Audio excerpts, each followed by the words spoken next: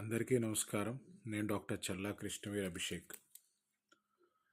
మహాకుంభ్ మేళా బాగా జరుగుతోంది అనుకున్న టైంలో అన్ఫార్చునేట్గా నిన్న స్టాంపీడ్ అయ్యి 30 మంది ప్రాణాలు కోల్పోవడం జరిగింది. చాలా చాలా చాలా చాలా బాధాకరం. ఇందుగలడందు లేడని సందేహము వలదు. దేవుడు అన్ని చోట్ల ఉన్నారు. ప్రయాగ్రాజ్లోనే లేరు.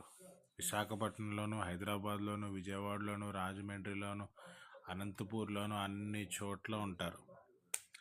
సో నేను చెప్పేది ఏంటంటే, మనం వెళ్ళొచ్చు, కానీ అదొక పిచ్చి వ్యసనంలా చేసుకోకూడదు. చాలామంది ఆ నదిలో స్నానం చేస్తే వాళ్ళ అశుద్ధాలన్నీ తొలగిపోతాయి, వాళ్ళకి ఆత్మశుద్ధి కలుగుతుంది అనుకుంటారు. కానీ ఆత్మశుద్ధి స్నానం చేస్తే కలగదండి, మనసు మారితే కలుగుతుంది. మనసు దేవుడి మీద కేంద్రీకృతం అయితే కలుగుతుంది.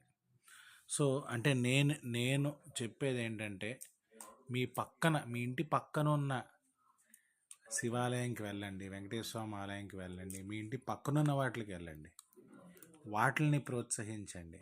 ఆలయాలకు వెళ్ళండి, ఆలయాల్లో మీరు పూజలు చేయండి.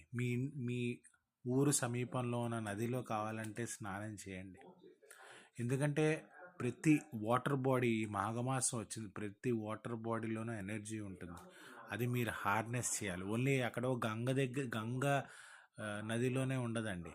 గోదావరిలోనూ ఉండొచ్చు, కృష్ణలో ఉండొచ్చు, కావేరిలో ఉండొచ్చు, గోస్తనిలో ఉండొచ్చు, ఏ నదిలోనైనా, వంశధారలో ఉండొచ్చు, ఏ నదిలోనైనా ఉండొచ్చు అండి. అది మీరు గుర్తుపెట్టుకోండి.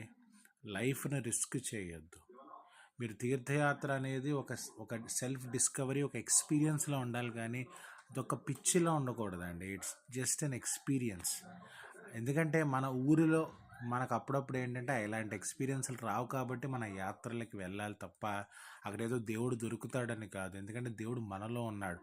అది మనలో మనం వెతుక్కుంటే దేవుడు తప్పకుండా మనకి దొరుకుతాడు. సో ఫస్ట్ దేవుడు దొరకాలి అంటే మనలో ఉన్న అశుద్ధాలన్నీ పోవాలి. అది స్నానం వల్ల పోదండి, మనసు మారితే పోతుంది, మనసుని ట్రాన్స్ఫార్మ్ చేసుకుంటే పోతుంది. నిజంగా అంటే నేను ఈ న్యూస్ విన్నాక చాలా చాలా చాలా బాధ వేసింది.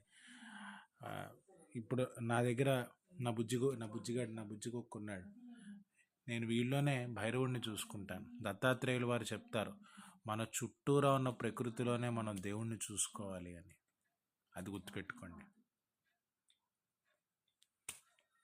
Thank you.